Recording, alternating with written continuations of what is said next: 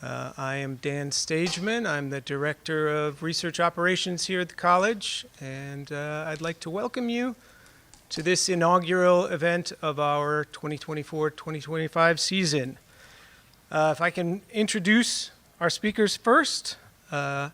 Roosbelinda Cárdenas is an Assistant Professor of Cultural Anthropology here at John Jay, and a politically engaged scholar whose research and writing activates social change. Her scholarship brings the histories of post-colonial racial formations to bear on contemporary struggles over citizenship, national belonging, and social justice in Latin America. Dr. Kristen A. Smith is an Associate Professor of Anthropology and African American Studies at Yale University, and a Black feminist whose work explores the multi-sided dimensions of race, gender, violence, performance, and Blackness in the Americas. She studies the politics of anti-Black state violence in Brazil and the Americas, particularly with regard to policing, as well as Black women's intellectual contributions to the Americas in relation to transnational Black feminism. Dr. Cárdenas and Dr. Smith will be discussing Dr. Cárdenas' 2024 book, Raising Two Fists: Struggles for Black Citizenship in Multicultural Colombia. Published by Stanford University Press, Raising Two Fists is a historically grounded ethnography of Black political mobilization in Colombia, following that country's 1990 reforms that recognized and legally enshrined a unique set of territorial and other rights for Afro-Colombians. Dr. Cárdenas employs a layered approach, weaving ethnographies of individual activists together with a critical analysis of the currents of broader social movements, reflecting the complexities of the two-fisted strategy acknowledged in the title.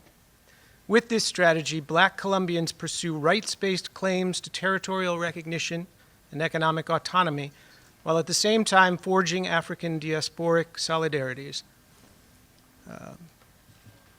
Dr. Cárdenas and Dr. Smith are already on the stage, so let's welcome them.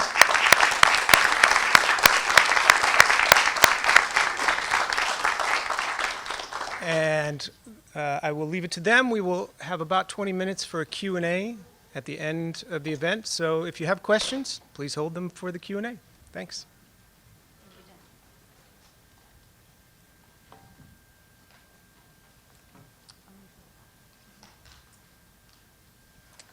Okay, I want to be mindful of my time. Okay. Good afternoon. Oh, and my clicker.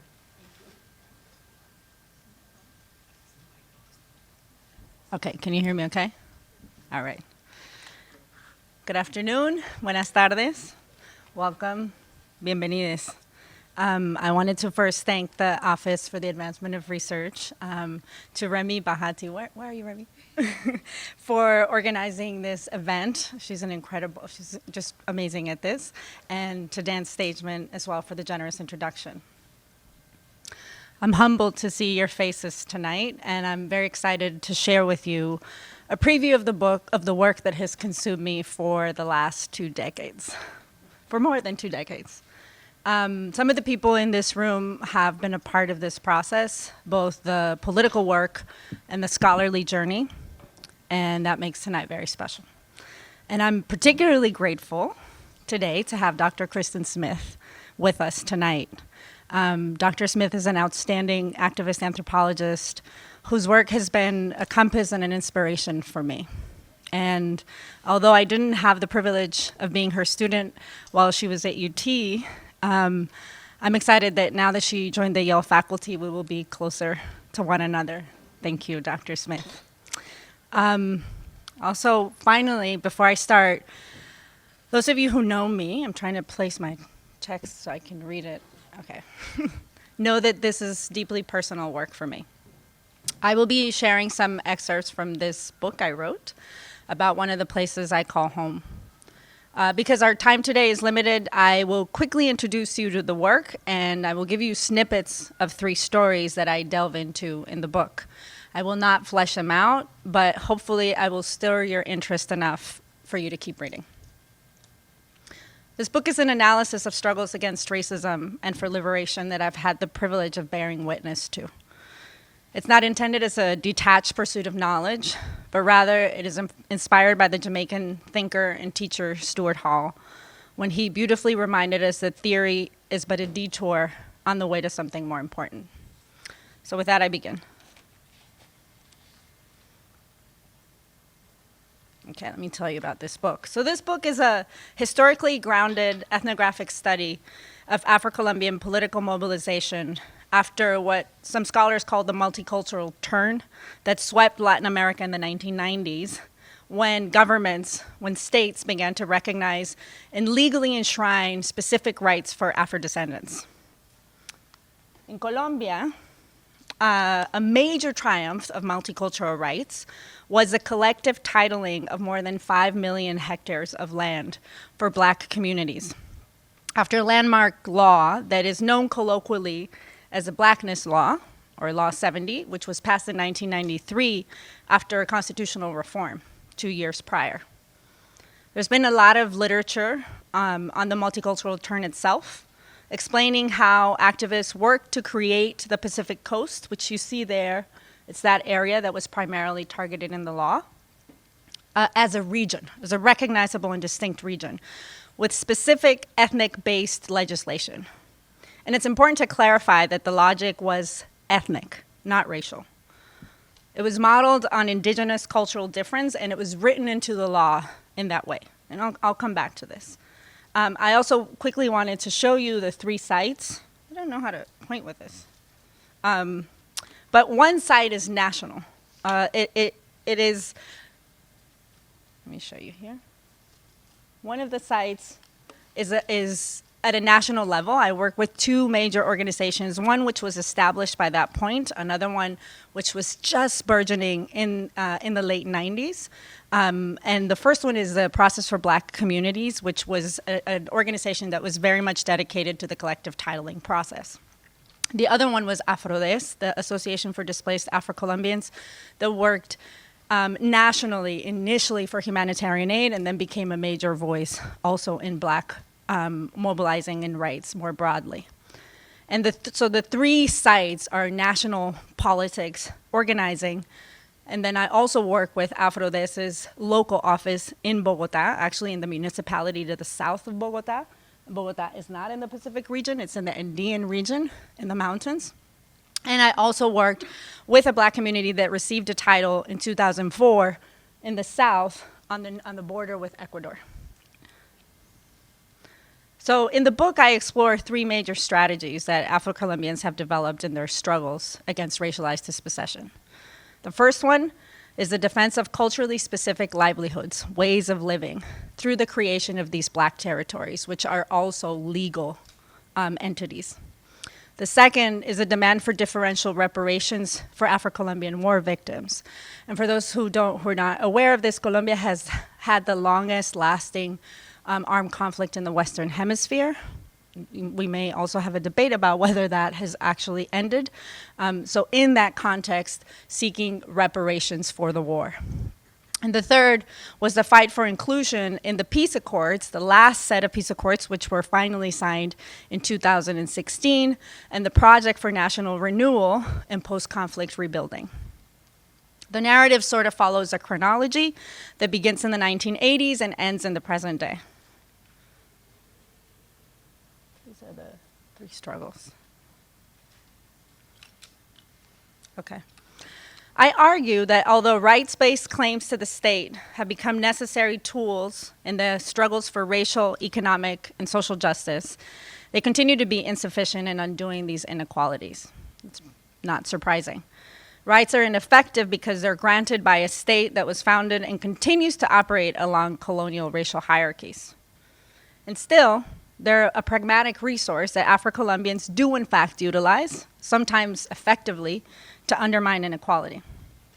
So the book illustrates this tension as it's negotiated by Afro-Colombians who are engaged in these 3 concrete struggles. And I follow them both as participants of organized political movements and also in their everyday lives.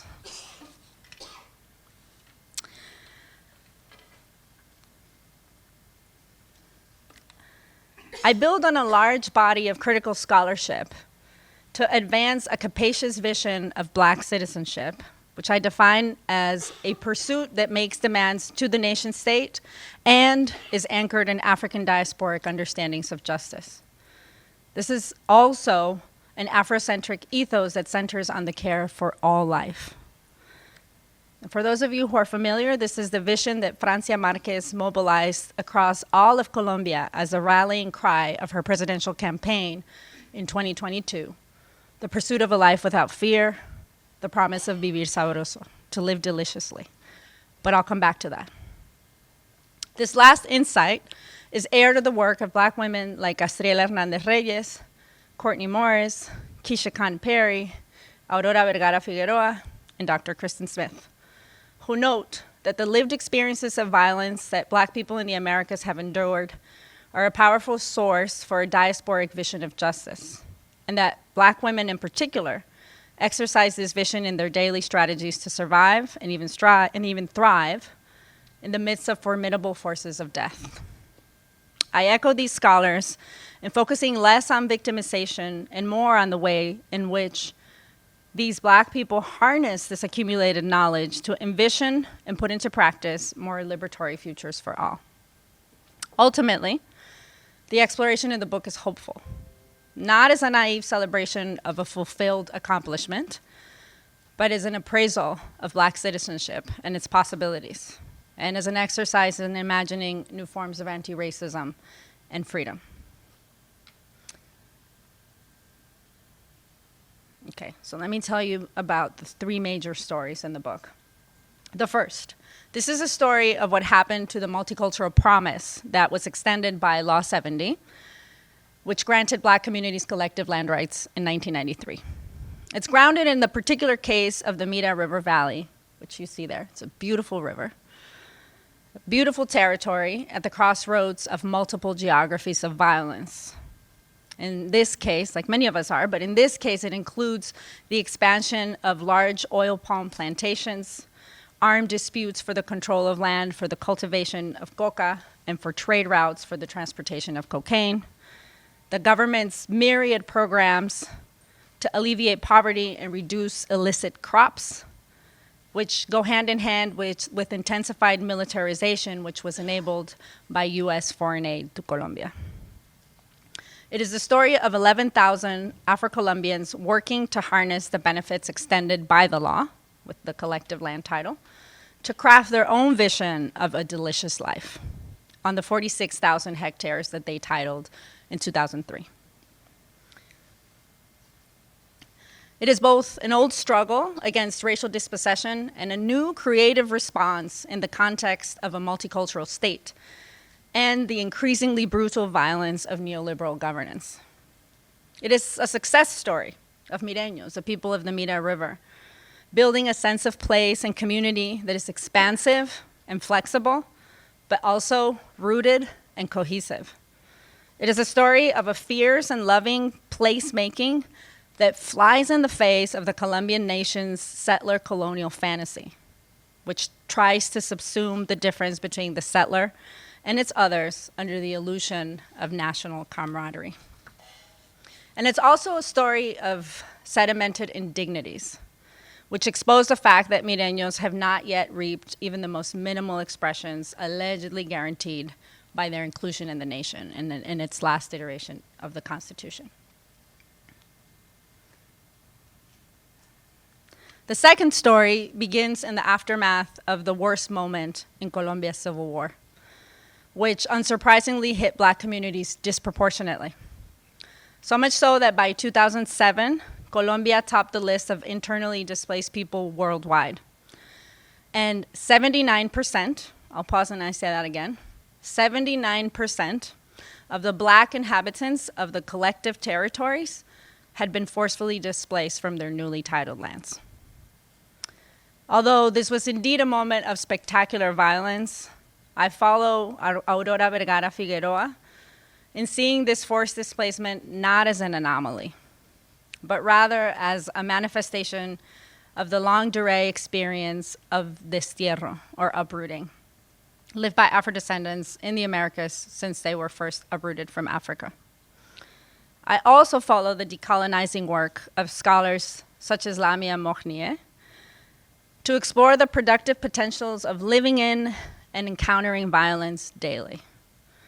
Not as an attempt to underplay the very real suffering caused by war and racism, but rather in an effort to document and amplify the political emergencies that surface even in the middle of destruction.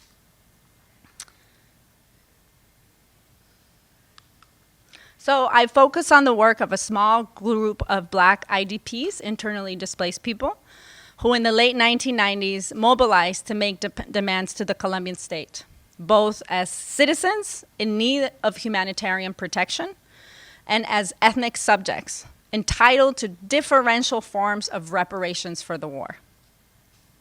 And I show with ethnographic detail how in the process of mobilizing as IDPs, as desplazados, internally displaced people, and simultaneously as an ethnic group, they unleashed a powerful movement of racial recognition, which had not been written into the law that way, and which lay the foundations for a more open denunciation of racism than had been possible until then.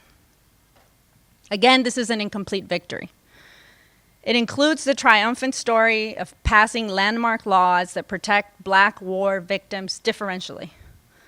And also it is a sobering reflections of the potential dangers of doing this. Specifically, I analyze how this strategy of tethering rights to victimization can end up narrowing the definition of citizenship. And still, it is the unlikely story of how, while mobilizing around humanitarian aid, Black activists unequivocally incorporated the denunciation of racism into the political landscape in Colombia. And this can no longer be undone. It is a conversation that we must now reckon with.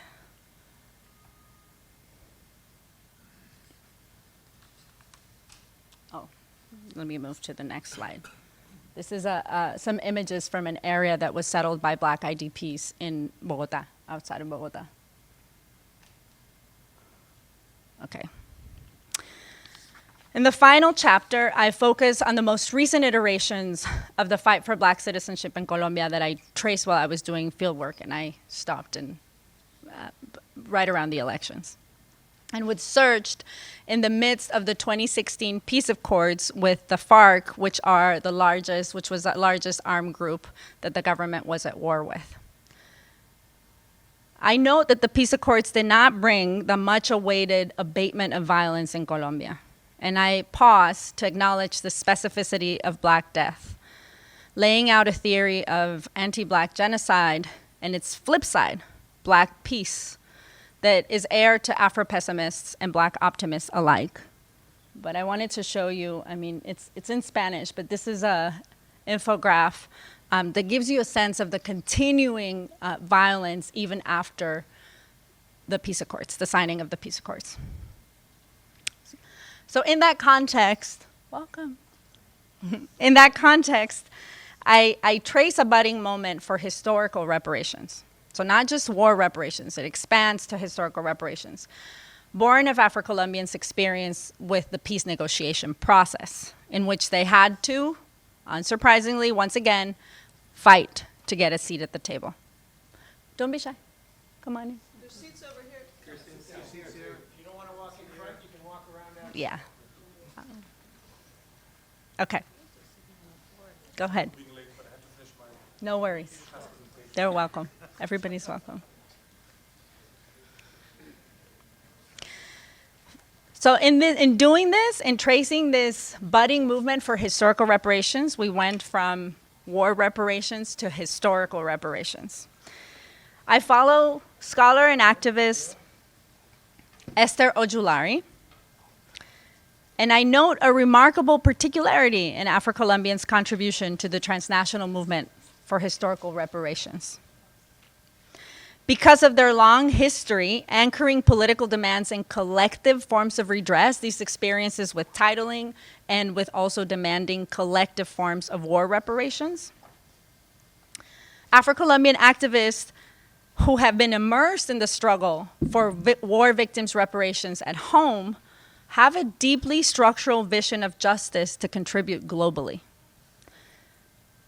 I end the book with an electrifying story of how Black visions of peace can reverberate powerfully as a promise to protect all life.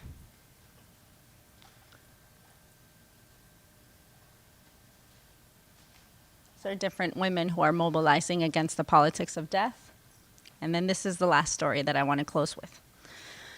This is the story of Francia Marquez's journey to become vice president, which, as her movement, which is called in Spanish Soy Porque Somos, and it is a Spanish iteration of the concept of Ubuntu, acknowledges is not an individual journey, but rather a collective one and a diasporic one.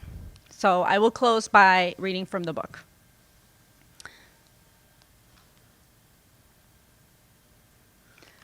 Francia's election as vice president, her righteous occupation of a place of power in the heart of the white Criollo nation is nothing short of astounding. It is without a doubt a dramatic and hopeful interruption of business as usual. This was in 2022. Her campaign, run entirely on the grassroots fuel of those who believe in her, invigorated the masses. I had the privilege of accompanying her on the final days of her vice presidential campaign. I witnessed the power of Francia as an electrifying wave of people standing to greet her at the Pascual Guerrero Stadium in Cali, as an auditorium full of young women, trans and cis, clamoring against misogyny in Medellin, as a sober meeting of indigenous leaders discussing rural reform in Cauca, and as the faithful protection of the Guardia Cimarrona, the Maroon Guard. I had been witnessing the power of Francia for many years, and although she's truly charismatic, I dare say that her enormous appeal is not only because of who she is, but because of what she promises. Vivir sabroso, to live deliciously. The promise of Vivir sabroso is capacious, but also precise. It entails living without fear. Fear of untimely death, fear of precarious life, fear of being violated. The promise of Vivir Sabroso is most centrally a project to end the politics of death. And in this sense, it is the fiercest iteration of the pursuit of Black citizenship that I have seen. The right to Vivir Sabroso is a demand for inclusion in the nation, but that nation must be remade, not in its colonial semblance, but as something else entirely. As a project that harnesses the experiences of the marginalized and the exploited and brings them front and center. With Francia and her nadies, she used this term which means nobody, following Uruguayan author Eduardo Galeano. With Francia and her nadies in power, there's a chance for the pursuit of Black citizenship to be carried out within the state, as well as outside and against it. Vivir Sabroso holds the promise of an alternative to the extractive economies of savage neoliberalism, of a reckoning with historical forms of violence, and of a long postponed attainment of peace as the triumph of the politics of life. And yet, and with this I close, we must not forget that this liberatory vision is being launched as we speak. She's in power as the vice president from within the master's house, as Audre Lorde would note. Is it possible to carry out a decolonial project while occupying the very center of Colombia's most paradigmatic colonial institution? Can the nation state be recreated from its entrails? The challenges and contradiction of this project are indeed formidable.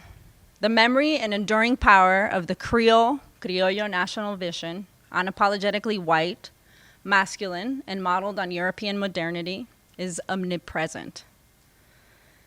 And that is a moderately conservative hope I wish to close with.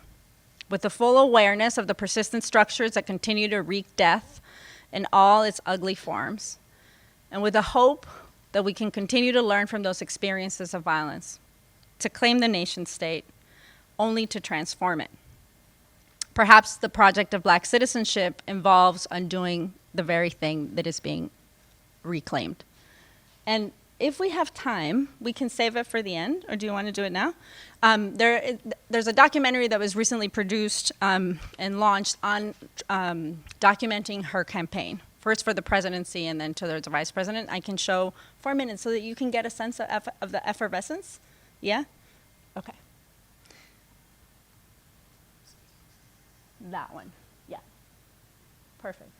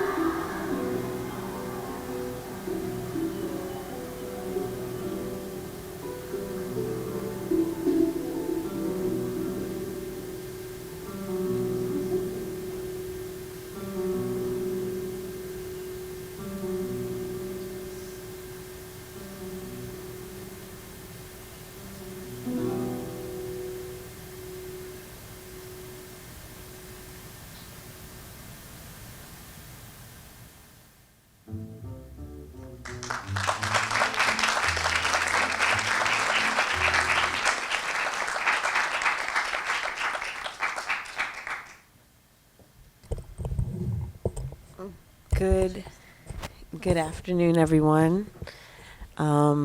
First of all, I would like to thank Dr. Cardenas for the invitation to be here today. It's an honor to be in conversation with your work. Work that I have been familiar with for quite some time, much before the book. And so it was quite a pleasure to read the book and see the final product. The remarks that I prepared for today are both in conversation with Dr. Cárdenas and in conversation with you all. Dr. Cárdenas is aware of my work for quite some time as well. And so I want to offer some reflections, offer some elegies, and offer a couple of provocations that are in the spirit of transnational solidarity and Black life. And I also would like to offer for you all some context and significance. So as I was watching the video just now, it was very moving to me. I have spent most of my career working in Brazil, particularly with the Black movement in Brazil, working in the movement against anti-Black genocide, and particularly around the question of anti-Black policing. I've been doing that work for approximately 20 years, despite the fact that it makes me feel very old. It wasn't until 2022 that I had the pleasure of getting to know Colombia. And it was during the elections at the invitation of Afro-Resistencia, and whose founder and organizer is here today, Geneviève Comrie. And when I traveled there, I was immediately struck by how important Colombia is to the African diaspora. I did my field research in Bahia, Salvador Bahia, which is widely touted as one of the most African spaces in the Americas. It is, although they say that it has the highest Afro-descendant population in Brazil. That's not true, but that's what they say. And that is significant that that is the perception. The truth is it's really in Minas Gerais, but we won't go there because it's a bit of a fight. But the perception makes it so that Salvador Bahia is the face of Blackness in Brazil. And that is significant because Brazil has the second largest African descendant population in the world after the country of Nigeria.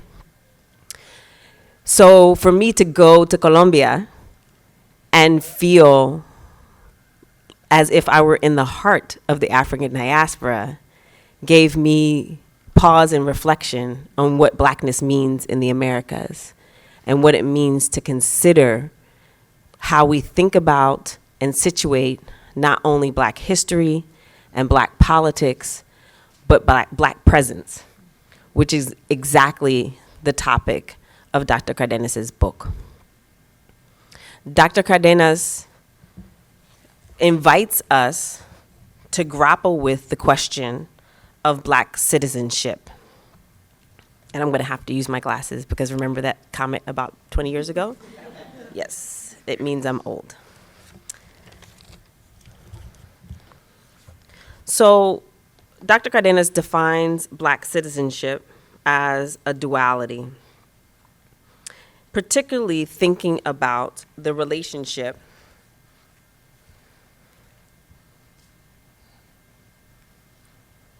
I lost my place. Hold on one second.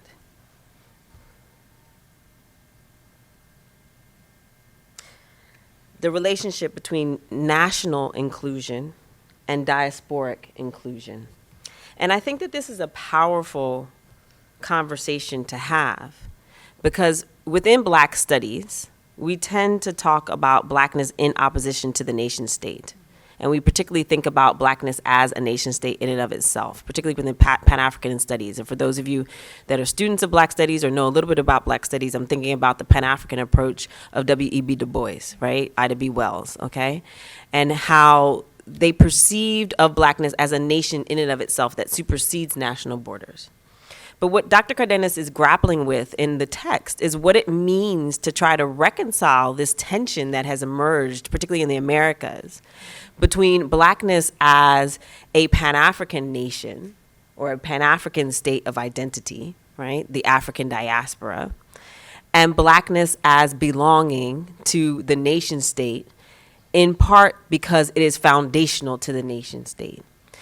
And within the context of Colombia, the foundational relationship between Blackness and the nation state comes through the history of territoriality. And that is the first point that Dr. Cárdenas makes. This question of territoriality is a really interesting one because it leads us into one of the biggest debates around race and ethnicity, Blackness and indigeneity studies in the Americas, which is, how do we define belonging?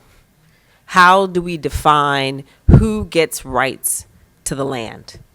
How do we define who gets citizenship? And interestingly enough, and I'm sure you all are aware of this, historically in the Americas, because we are descendants of colonial relations with Europe, for all intents and purposes, we tend to define citizenship as a relationship to the land, as a relationship to property.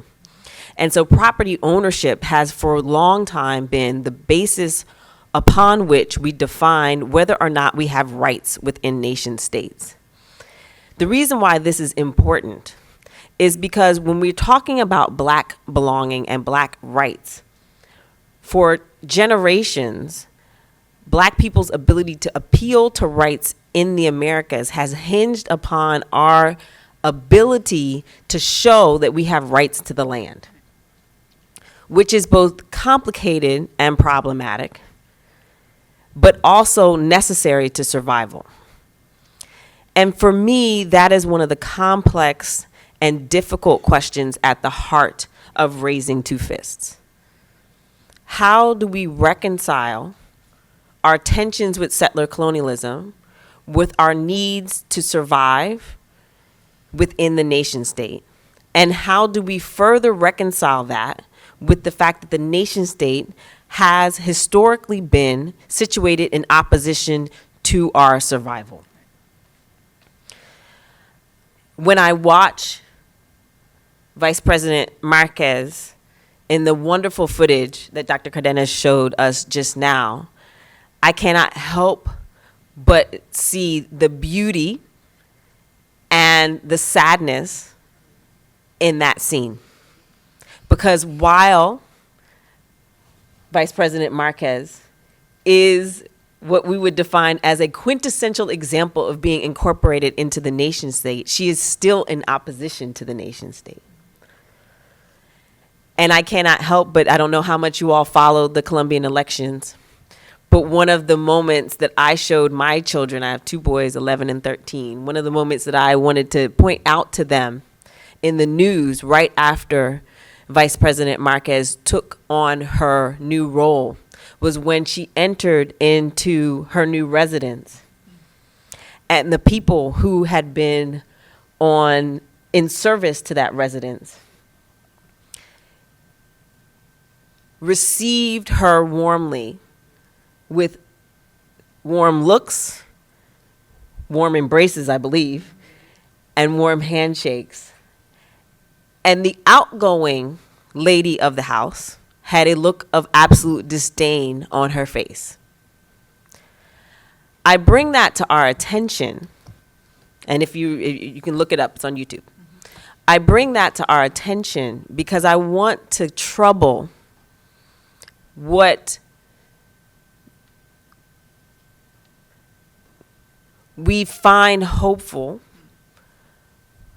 And I want to be careful here because I don't want to belittle that. But I want to trouble what seems to be a victory of Black inclusion as we consider what Dr. Cárdenas brings us in her work.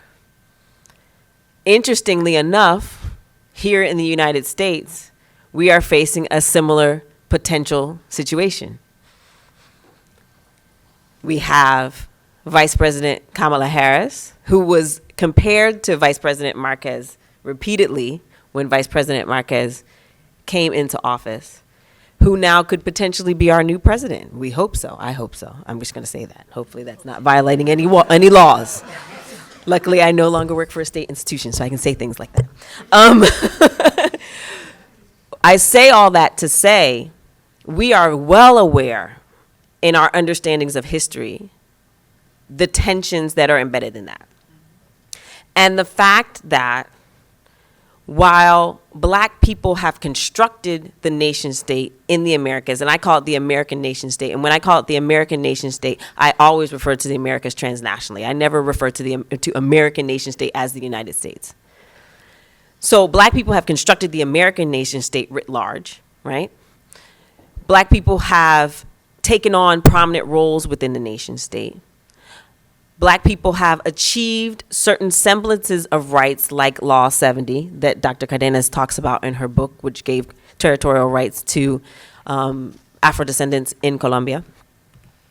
Many things have been conquered, and yet we are still living in a genocidal reality, which Dr. Cárdenas talks about towards the end of her book. We are still living in a reality where activists are shot and killed, like Marielle Franco in Brazil just a few years ago. We are still living in a reality where black people are afraid to read in their cars for fear of being shot by the police. Within this space, everyone studies that on a regular basis, right? So what Dr. Cárdenas' work does is lay bare the complexities of that and bring up a number of questions about what it means to envision a potential resolution. Right. I knew she was going to cringe when I said that. And so I warned her earlier that I was going to be provocative and yet also talk about how wonderful the book is, because the book is wonderful. But I want to push you a little bit because I think it's a good thing to do. So in all of this, we have these unresolved questions, right? And we have realities that present themselves. And although Dr. Cárdenas cringed when I just said what I said, I do believe that within this text, you present something that is a seed for hope and resolution. And that is the question of peace. Peace as an antidote to genocide. Dr. Cárdenas engages with that concept of peace as an antidote to genocide towards the end of the book through the vision of Francia Márquez in Viver Sabroso, right? To live deliciously, which again takes us back to Ubuntu, right? I can't remember the Spanish phrase. I can only finish. Soy porque somos. Portuguese is my thing, y'all, not Spanish, but soy porque somos, right? Brings us back to these questions. But I think within that, although it seems to be very utopic, within that, there is diasporic resonance that I want to bring our attention to. So recently in 2023, I published a book called The Dialectic is in the Sea, which is the first English translation of the work of Beatriz Nascimento, who was a black intellectual that was one of the foremost intellectuals during the military dictatorship in Brazil. One of the things that she is famous for, she tragically was killed, murdered in 1995, and her daughter actually lives here in New York City. One of the things that she was famous for was theorizing the concept of quilombo. Quilombos are maroon societies, just in terms of a flat translation. Maroon societies, how many people know what a maroon society is? Okay, let me explain. So maroon societies historically are communities of enslaved of Africans who freed enslavement during the period of slavery. So people who fled slavery set up autonomous communities, mostly in remote areas, but not always. I'll complicate myself in a minute. This is the definition, particularly Richard Price. Richard Price is the historian that talked about this the most, right? Set up communities that were thought to be in opposition and in resistance to the Slavocratic state, to slavery, right? And the colonial state. When we talk about places like Colombia and Brazil, we often think about blackness and its ties to territoriality through its connections historically with maroon communities. In Dr. Cardenas's book, she pushes back a bit on that and says we cannot only reduce it to that, and we also have to understand that Maroon communities and that history of territoriality is fraught and complex and much less utopic and teleological than it seems, right? It's not just a narrative, a simple narrative of people fleeing slavery and setting up utopic communities. I want to bring in Beatriz Nascimento because in her theorization of Quilombo, she thinks about Quilombo, which are Maroon communities in Brazil, okay? And remember, I talked about Maroon communities as large communities like Palmares, which had over 20,000 people and lasted for almost 100 years, right? And many people think is the first actual oppositional state to colonialism in Brazil, right? In the 1500s, and well, early 1600s, excuse me, early 1600s, end of 1500s, early 1600s. But in addition to that, you also think about Quilombo as simply finding moments to escape oppression and finding moments to escape subjugation. So for example, João Reis, who's a historian, a Brazilian historian, talks about Quilombo as enslaved Africans fleeing the plantation for a weekend to see a girlfriend or a boyfriend or a mother or a sister or a relative, and then going back. That moment of leaving this institution of slavery can also be thought of as Quilombo. Beatriz Nascimento takes the theorization of slavery of Quilombo a step further and talks about the ways that black people continued to create Quilombo even after the legal institution of slavery ended. Meaning places like favelas, black parties, samba schools, Afro-Brazilian religious houses. She thought of those as Quilombo spaces, spaces where black people could find a sense of peace. You see where I'm going with this? Okay. So in her theorization of Quilombo, she basically argued that while many people think of Quilombos as war encampments, as spaces that are militaristic oppositions to the colonial state, she wanted us to focus on Quilombo peace. And she wanted us to think about peace as the antidote to genocidal violence. The reason why I want to bring this up in this context is because there's something really beautiful about thinking about the possibility of peace as the antidote to the black condition in the Americas that helps us to think about black citizenship differently. It helps us to push beyond the notion of simply diasporic inclusion or national inclusion towards an understanding of what it means to live and be black.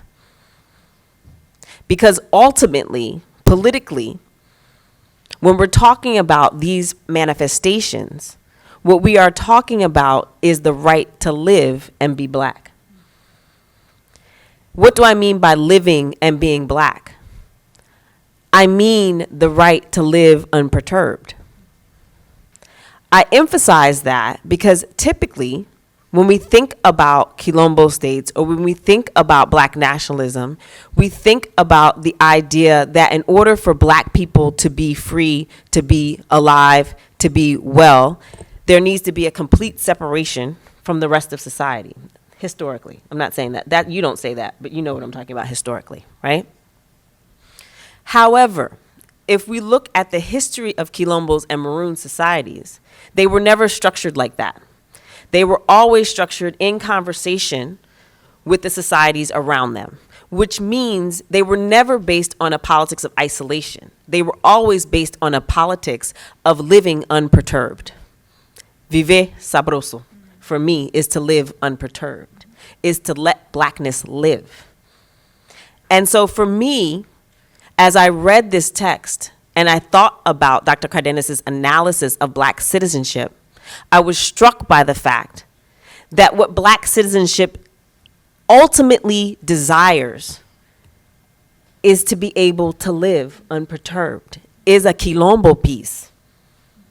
not just any peace, but a peace that is the antithesis to genocide is necessarily a Quilombo peace, because it requires the fact that blackness can be autonomous.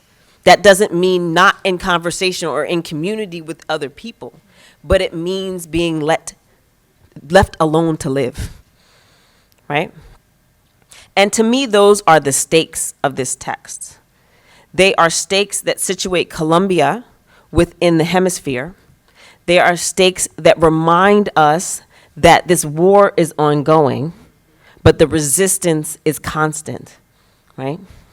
They are stakes that remind us that the work is not done, despite all of the victories that have come about.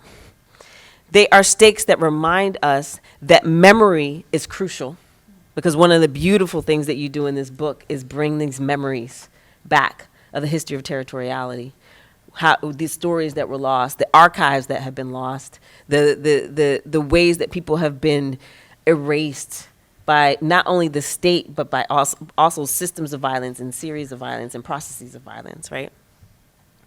And it reminds us what the stakes of this work are. And so I will end it there, and I will say that this is an ethnographically rich, deeply researched, and beautiful book that contributes substantively and importantly to the discourses of blackness in the Americas and our collective histories of the African diaspora in the Americas. I'm excited for this book. I am happy to have read it. I am happy to be in conversation with it. And I encourage you all to go out and read it as well. Thank you so much.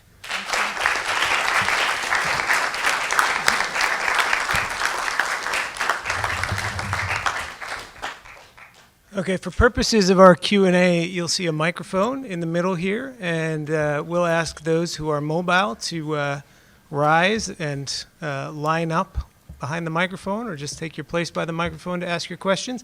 If you are not mobile, please raise your hand, and one of us will come around to bring you the microphone. Thanks. Don't be shy.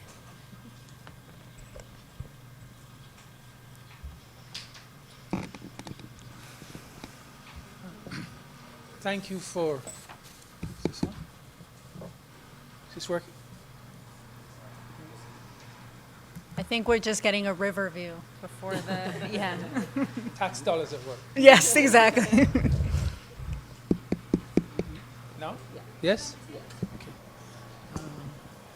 Thank you for a very thought-provoking presentation. And what I'm curious about is a couple strands. One, the evolution of struggle for a kind of a blackness that has weak commonalities across different ethnicities. But in the context of a rage against that blackness that allows no disaggregation. And I'm thinking that that gives rise to a figure like Obama and Harris, who are centrists and not revolutionary. And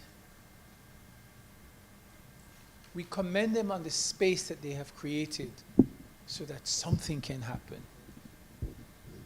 But it's not an unperturbed life. No, absolutely not. So I was wondering if you can speculate on the kind of evolution that has to be gone through, where they open up a space that some of us feel is very conservative, but it's a space.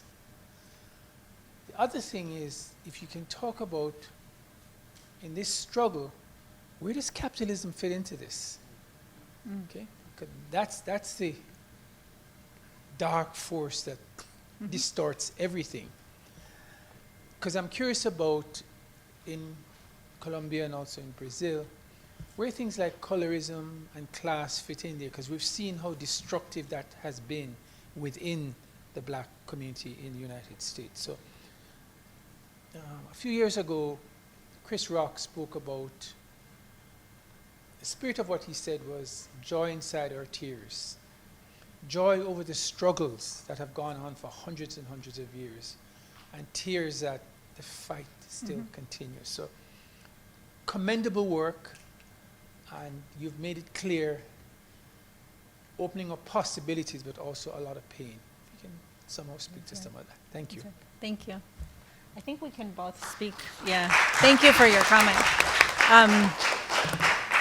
I think this is a good opportunity to speak a little bit more about Francia's political work and her journey. And I will say that in this case, the analogy of Obama or Harris occupying a space that is a conservative space doesn't really hold for the case of Francia and her journey. And it actually ties in very well to the question of capitalism, because she started as an anti-capitalist, environmental, anti-racist activist, not involved at all with electoral politics. And really the conservative forces are the fact that she stepped into the state at the same time that she's tried to maintain a movement, Soy Porque Somos, that consolidated around the elections. But she says that even in the snippet of the video that you saw, even after they won the elections, and I want to clarify that she first ran for president. She was audacious enough to run for president, not vice president. That's a little bit of a longer story, and some of the folks in the room here were there for the primaries. But I think that those conservative spaces are that she decided to enter, and she says it in the video. She says, "This is just." I think I wrote it again. I've seen the video a million times.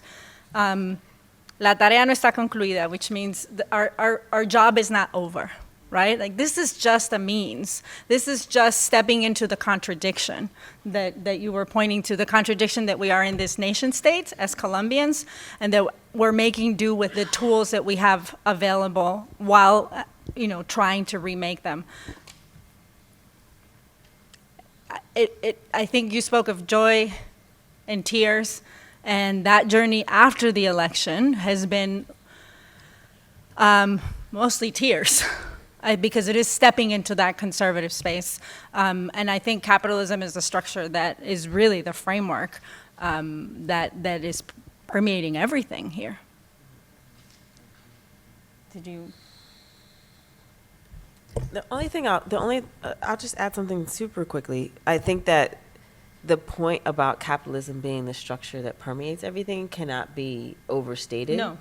Because part of what I think we want to grapple with, because I think your point about the ways that blackness shows up differently across the Americas is absolutely correct. There's no comparison between Kamala Harris and Francia Marquez. There's just no comparison. I mean, they're not even in the same book, not to mention on the same page, right? Ink, right? But part of the reason why I brought both of them up in the same breath is because there's something about stepping into these spaces that is inherently oppressive. And what do we do with that? Because it is a capitalistic, it is American governments as we know them cannot be separated from capitalism, which means no matter what politics you're bringing into the space, once you step into it, you're going to be dragged down. Mm-hmm. I'm sorry, I'm trying not to be pessimistic, by this capitalist structure. And that is not just if you're a black woman. I think about Lula in Brazil and the ways that he has been limited by the fact that there's something about the presidency in the Americas. There's something about these roles and the structure of the nation state. And so we have to talk about structure, and we have to talk about racial capitalism as a structure if we're going to even think about what the limits of possibilities are. So that's the only thing I wanted to add. No. I was just going to add that you're going to be dragged down, and also your life is going to be at higher risk. So absolutely not living unperturbed, that the question of even staying alive is heightened.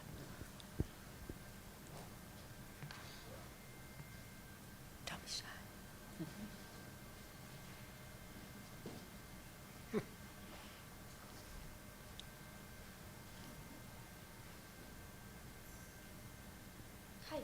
you. I was just curious how. Thank you so much. So I'm a freshman, and my anthropology teacher is actually here, and I didn't even know I was interested in this kind of field until I came to class on the first day. And my mom, I told her, I'm from Washington State, so I called her all the way across the country, and I was like, I love anthropology, and it was her favorite thing in college too. So I was really excited to come and learn about your book, and I was just very curious how the separation that developed between Colombians and Afro-Colombians is either similar or different to the separation of United States Americans and the separation of black people that we had during our colonial time of slavery, and how those historical impacts have changed the way that Afro-Colombians are treated today as compared to how black people in America, United States, are treated today. Thank you for that question. Okay, I'll try to answer it briefly. And one of the things that I've been insisting on, which sort of goes against the grain of the way that blackness and so-called race relations in Latin America have been written about until maybe 10 or 15 years ago, is that there's a really big difference between race relations in the United States and in Latin America. Perhaps some of you are familiar with that narrative, if you've heard it, that is this idea that there are more harmonious racial relations in Latin America than in the United States. And there's some scholarship, actually more than 10 years old, that has pushed against that idea and that has brought to the fore the very concrete reality of the continuation of genocide against, in this case specifically, black and indigenous people all across the Americas. And actually, I think one really important framework that I insist on bringing to this analysis is that we look at it hemispherically. Because if you look at the history, which at the core is settler colonialism, it was very similar. So the similarities are bigger than the differences, and racial slavery, right? But I think in Latin America, particularly those of us who are white Latin Americans, have invested in this idea that racism is not as harsh in Latin America because it is an easy way to escape guilt.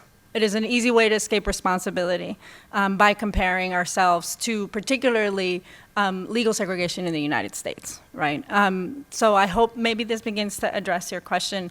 This is something that I love to teach about, and hopefully we'll teach about it more at John Jay. What else would you say to that? You said that beautifully. There's nothing else to say. Thank you for that question.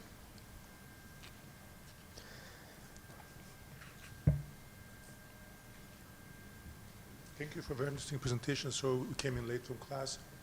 I'm teaching a class before during this period about American legal history, and we just discussed today the issue of segregation and how law was applied, especially in redlining, et cetera, against African Americans in housing and so forth. I'm wondering if you can comment on how the law was applied by colonial authorities, but also today against groups which are vulnerable and are often of color. You look like you're ready. I mean, I think again, like I think the framework of comparison can be useful, but there's a danger, right, that we fall again into the U.S. versus Latin America, and I want to insist on the continuities. But I don't know if what you were asking is if there's any similarities between the kinds of legal frameworks that explicitly exclude African Americans in the United States versus other existent legal frameworks that exclude Black Latin Americans? Explicit and implicit. Oof. I mean, they are all over the place. And also there hasn't been the kind of detailed documentation of things like redlining in the United States. And again, I would say that the comparison really works to obfuscate, to not be able to see. And also, I'll mention this very briefly, there's a really prevalent ideology in Latin America that because we are mixed race, we are a less racist set of nation states or society we can compare, which those who are familiar are very familiar that the myth of mestizaje and the idea that because these are mixed race societies, it is impossible. But the legacy of legally existing racial structures that are put in place to not allow an unperturbed life for those who are not white, not only black but also indigenous. It goes back to the colonial era, right? And the caste system was actually put into place in Latin America very brutally and continues to have reverberations today. Those of you who are familiar with colonial, and it was the Iberian and the Spanish colonial presence throughout Latin America that established those structures that we now celebrate as like myriad categories of, there's so many categories of racial identities and colors, right? But those were the structures that were the legal structures that institutionalized inequality. I don't know that.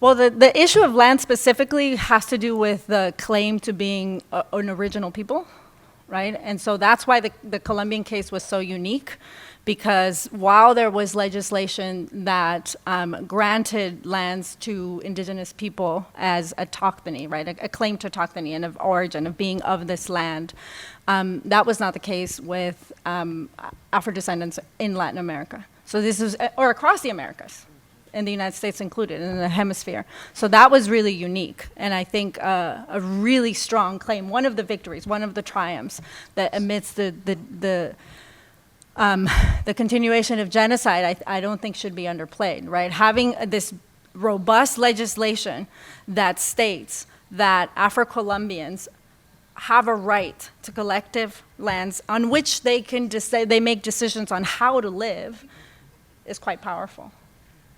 But it goes against the grain of the history of what had been established. Yeah, absolutely, yeah. An iteration of sovereignty.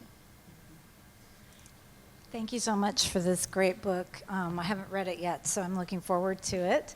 And the comments were really thought-provoking for me as somebody who also works a bit in Brazil on public goods. And the issue that's sort of rising for me is about property. So you mentioned that the property rights that were imparted were collective rights. Is that right? That's right. This is interesting because there is a real tension, obviously, with privatization and private property, as you mentioned, and things like preserving the environment, making sure that, you know, and it sounds like the vice president is an environmentalist. Yes. So how do the property relations actually work? And I know that in some previous cases, when private property, when it was individually privatized, it led to all sorts of problems, like people being poor and ending up selling their properties, and then the land gets concentrated again in the hands of a small number of people. So I'm curious if you could say more about the property. Yes, thank you. That's a really good question, and thank you for that. The characteristics of the property regime is a collective land property regime, and I know the words in Spanish, I cannot think of the translation right now, but the three characteristics is that it's inalienable, intransferable, and inembargable, meaning that it thank you. We're just going to say that. We have a professional translator here. Inembargable. They can't take it away from you in any form, right? And the way that it's passed down from generations to generations is through internal rules that the community itself makes. And you're right that the environmental consequences of that are profound. And the folks who mobilized to guarantee this were well aware of that. And in fact, one of the primary, if not the primary motivation for mobilizing was about, I mean, they had to articulate it as protecting the resources, but they had a different worldview that was not about resources for exploitation, but was about territory that had to do with the river and the life in the river and their relationship as riverine people. in a river basin area. So it has deep environmental logics that are anti-capitalist. And that's the crux of it, and that's where it's a possible beginning of the story in the 1980s that has to do also with changes in Colombia's legislation and also economic development plan that was opening the country to exploitation in a much more crude way than before. And in fact, the last image that you saw in the video of Francia being very, very young was her initial political engagement, which was to defend her territory against open land mines. A territory that is gold mines where people have done artisanal gold mining for centuries. I hope that helps. Yeah. Can I ask a follow-up? Because this is actually right at the cutting edge of law and environmental law internationally. In particular, because there's huge pushback, obviously, by all of the by global racial capitalism against these kinds of bulwarks, against exploitation and mining and stuff. And I just want to know what you think the prospects are of holding out against all of those countervailing forces. Yeah. So not in the book, but elsewhere, I did write an article that was looking at the major extractive industry in the territory that I looked at in the Lower Mira River Valley near the border with Ecuador are oil palm plantations, large extension oil palm plantations. And there's something that emerged very quickly, which is not very hopeful, right? Even after the collective land title was granted, was a model of small cooperatives, right? Because the oil palm has to be quickly extracted, and it's done by one processing factory, so that the community members, they have to sell their product to the big industry that extracts the oil and then quickly has to commercialize it. What ended up happening was, even without the transfer of the title, they lost the actual de facto enjoyment of the territory. So the law was not a bulwark. The law didn't work. Yeah.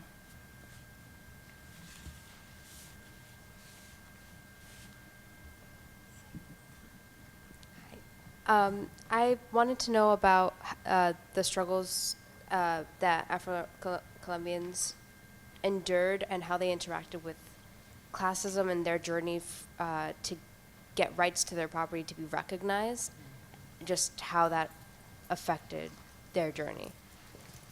Thank you for that question. So actually, a lot of other scholars have written, I think, much more deeply and with a lot more detail about the process to get to the law, because the law was not, like a bunch of legislators in Bogota woke up one day and said, oh, let's do collective land titles for black communities, right? It was a result of very intense and organized activities on the part of mostly campesinos, so rural people living in rural areas that had different relationships to the land, that were not capitalists. They were, for the most part, not selling to plantations, not doing large-scale lumber extraction, and they did a whole bunch of different strategies that included collective organizing along the rivers, that included also some strategies with international organizations that were coming in for some environmental interests. And also it included things that sometimes you don't plan for, like this was around the early 1990s and a political opening that had to do with the quincentenary, the 1992, which was a time of a lot of indigenous mobilization. And so all of those things lining up to get a law, and then having to pressure the government to actually stick to the law, because there are some articles in the law that are still not implemented 31 years later. Hope that helps. A lot of work. Oh, I was gonna ask a question. That's my daughter. Okay, so having watched the film and also this is my daughter. I'm gonna put her on the spot. So, I actually haven't read the book, but I did grow up.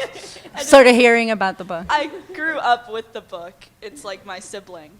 And I know that Francia's campaign and in general, like the black movements in the Americas has an emphasis on the intersectionality between gender and race, and I was wondering if you could touch on how black women, as black women, play a role in the battle for peace. That's a very hard question. She asks hard questions. She asks hard questions.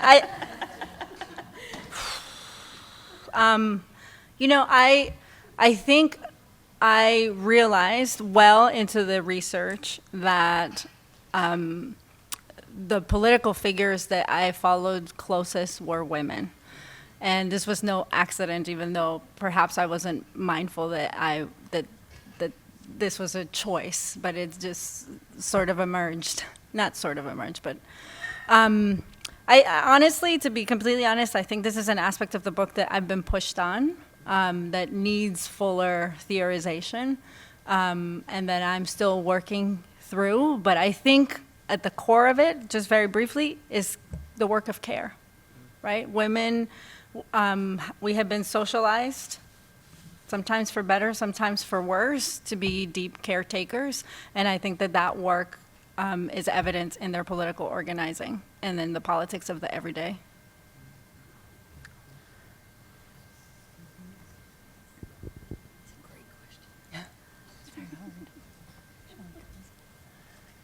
Hello.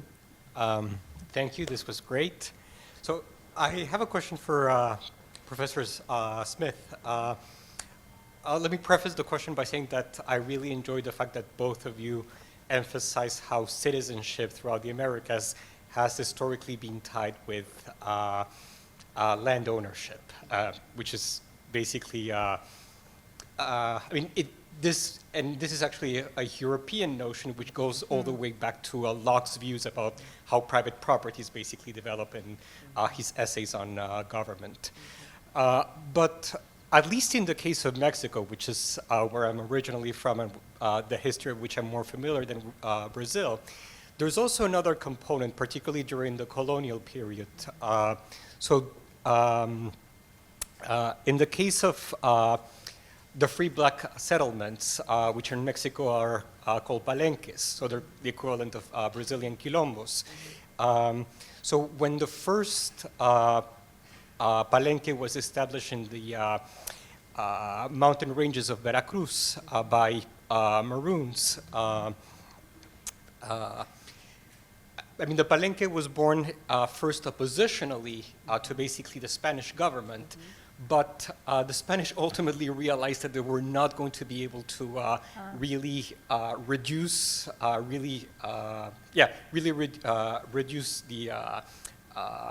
uprisings if they didn't negotiate some kind of agreement. And part of basically what the agreement involved, as far as we basically know, was the Maroons basically negotiating land ownership, basically titles, but in addition to this, religious rights, because they demanded basically not only land ownership, but also a priest that would ultimately minister to their spiritual needs. And that was basically the way of saying to the Spanish colonial government, we are Christians.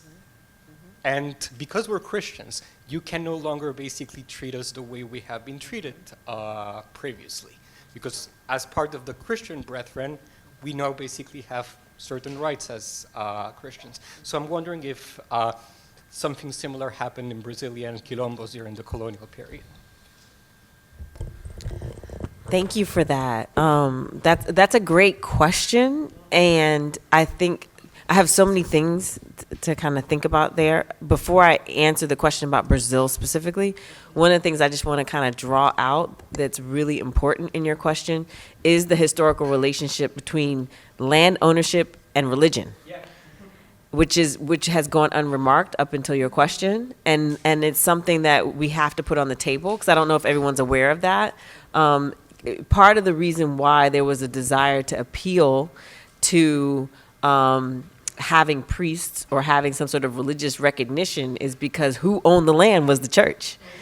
And so if you had a relationship with the church, you had a straighter line to get to property ownership, right? And that also goes back a little bit to your question, but not necessarily the same question you asked to your mother, but questions around gender, because part of the basis of patriarchy is the very notion of passing down the land through the father, which has everything to do with religion and the religious, what's the word I'm looking for? Particularly the Christian oversight over the heterosexual family union. And so the church had to sanction your procreation and your marriage in order for you to be able to get land. And so gender, sexuality, religion, and land and citizenship all just came, and race all just came together in your question. So I just wanted to say that because I think it's really important. To what I know about the histories of quilombos, I don't know the histories of all of them. I know the histories of some. And what I do know is that performing Christianity has always been important in recognition to the state. And so what's interesting in Brazil is that Brazil has a very strong African Brazilian religious tradition. And so what you see in quilombos is a lot of syncretism. And you see a lot of appeals to rights to land because the land is holy, because they saw a saint in that space.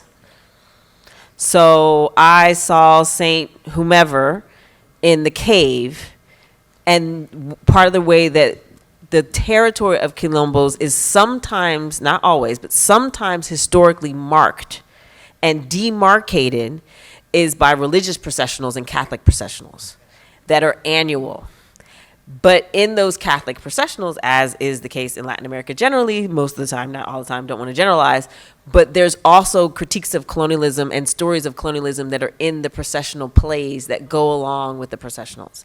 And so the saint is brought down, but then we have to reenact the way that this particular colonial colonizer came into contact with the indigenous person, and that is the way that the land came together. And this, so there's a story being made about Africanness, indigeneity, and whiteness a la Christianity coming together that justifies ownership or the intergenerational passing down of the land.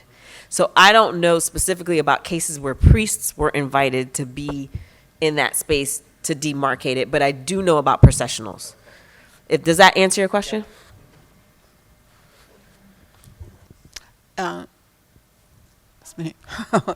So thank you very much. I wanted to say something about religion also, but I have a couple of questions and comments for Roosbelinda. And it's like in Colombia, in the Pacific, you see all these women who sing when children die, the alabaos, and I think that is a very important, it's patrimony of, immaterial patrimony of humanity, what they do in the Pacific when these death rituals and what they do. There is some Christianity there, but it's different from what happens in Brazil. But what I want to ask Roosbelinda is, when are we going to see your book in Spanish? When are we going? I have a good answer to that question. Yeah. The book has been fully translated and edited, and it should be out by the end of the year by Glaxo. Who's publishing? An open source, and that is Okay. also thanks to the Office for the Advancement of Research. Okay. And the other thing is that what we see in Colombia because of the election of Francia Marquez and Aurora as Minister of Education is profound racism that always existed in Colombia, but it exploded in many ways. Like it opened this bottle of emotions against blacks that always existed, but it was not openly expressed as it is right now. So I don't know how to see that, and I don't know what will be like a solution to this terrible conflict that is happening in Colombia in terms of increased racism, or more open maybe. Yeah. I mean, I don't think it's a new problem. I think it's a more virulent manifestation that also sort of forces a public conversation. What is the institute in Los Andes called? El Observatorio de Discriminación Racial, the Observatory for Racial Discrimination at the Los Andes University tracked during the elections several black figures that were running for different offices throughout the country and created this racismómetro, so a racism meter. And tracked a number of incidences of direct attacks against black candidates for different positions. And the numbers of attacks against Francia were outrageous, in the thousands. And this has continued. And they're not only verbal and symbolic, there's also been attacks on her life and her family members' lives. I mean, just this year, her father suffered an attack on his life. So I guess I don't see a break. I just see sort of a different discursive area where we're seeing it, and in a sense, it's there's something positive in that. There's no denying it, right? We have to, because it's in our face, and it's atrocious. Yeah. So we're almost out of time. I did want to take the organizer's prerogative to ask one last question, if I may. The 1990s era law, I'm sorry, I don't know the name of the law, but I am a little bit confused as to whether in the context of that law, blackness is being treated as analogous to indigeneity or as another kind of indigeneity. So if you could clear that up. And then if you can talk a little bit about how the passage of the law and the negotiation of territories has affected the relationship between the black and indigenous communities in Colombia since. Thank you. Yeah, the short answer to the first question is yes, the political framing was an ethnic difference, and it was not about racism. It wasn't about violence. It was about the way that the law was written was parallel to indigenous claims to territory, and the justification is that we have a different culture that is separate to the national white culture or Criollo culture. And in the context of there was a constitutional reform in '91, and there were indigenous representatives that were a part of the Constitutional Assembly, and there were no Afro-Colombians present. But there was an alliance, and indigenous representatives at the Assembly negotiated for a transitory law that then was written as law 72 years later, but the model was a model of cultural difference. It wasn't about historical reparations. It wasn't about a recognition of racism inherent in the Colombian state. I think the question of the relationship between Afro-Colombian and indigenous organizers is a topic of an entire book, and it's also something that I don't fully develop, and I mostly point to the moments where there's certain moments of collaboration, particularly in regards to national politics. So for example, also around the negotiations for the peace agreement, there was a council that was formed that was an indigenous and Afro-Colombian council that was pushing for a seat at the table so that they would have indigenous and black representatives negotiating with the FARC and what was going to be the peace accords. So that's the extent of what I do in the book, but I think it's a topic, and well, Anthony's not here, but there's another CUNY anthropologist at Lehman College that is soon going to publish a book that also deals with those relationships around the peace accords. Anthony Dest, thank you. Okay, that's all the time that we have this evening. Thank you so much to Dr. Cárdenas and Dr. Smith for a wonderful presentation. If you are interested in the rest of our book talks for this semester, we have one coming up in October. That is another John Jay professor, Dr. Adam McKibble of the English department, who will be presenting on his book, Circulating Jim Crow, the Saturday Evening Post, and the War Against Black Modernity. So please do join us for that. Thanks to our speakers today.